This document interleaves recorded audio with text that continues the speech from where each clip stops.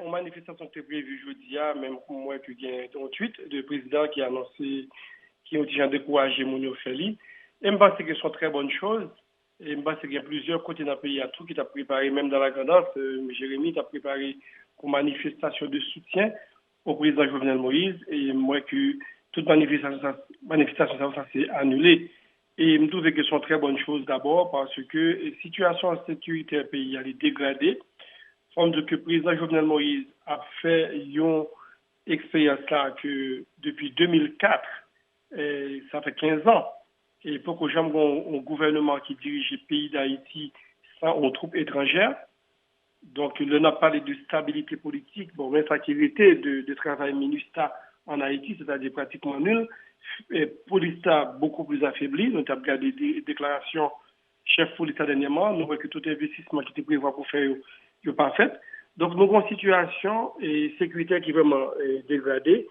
Et que ce soit dans la Tibonite ou bien dans le sud, il y a deux, trois actions, parfois concertées, parfois isolées qui baillent, et même au niveau de Port-au-Prince même, où est son pays qui a vécu sous compte mon Dieu, parce que il y a pile action qu'a fait et à organiser une manifestation qu'on y a là à Port-au-Prince. Et nous songez qu'en 2004, c'est qu'on a des grosses manifestations, la Vala son bord, GNB on l'autre bord.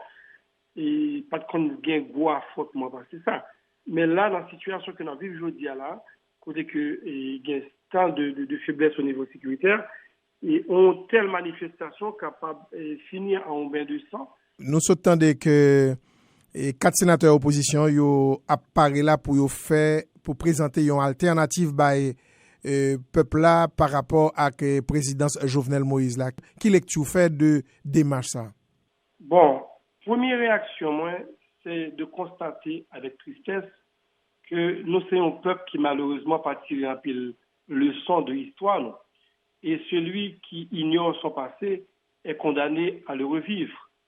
Et nous avons un perpétuel recommencement depuis 215 ans. Toute bagarre m'attendait là, toute bagarre m'appouait là, c'est des bagarres que nous faisons déjà, c'est des redites. Pour qui ça? Parce que nous sommes un peuple qui pas voulu fonctionner avec aucune loi.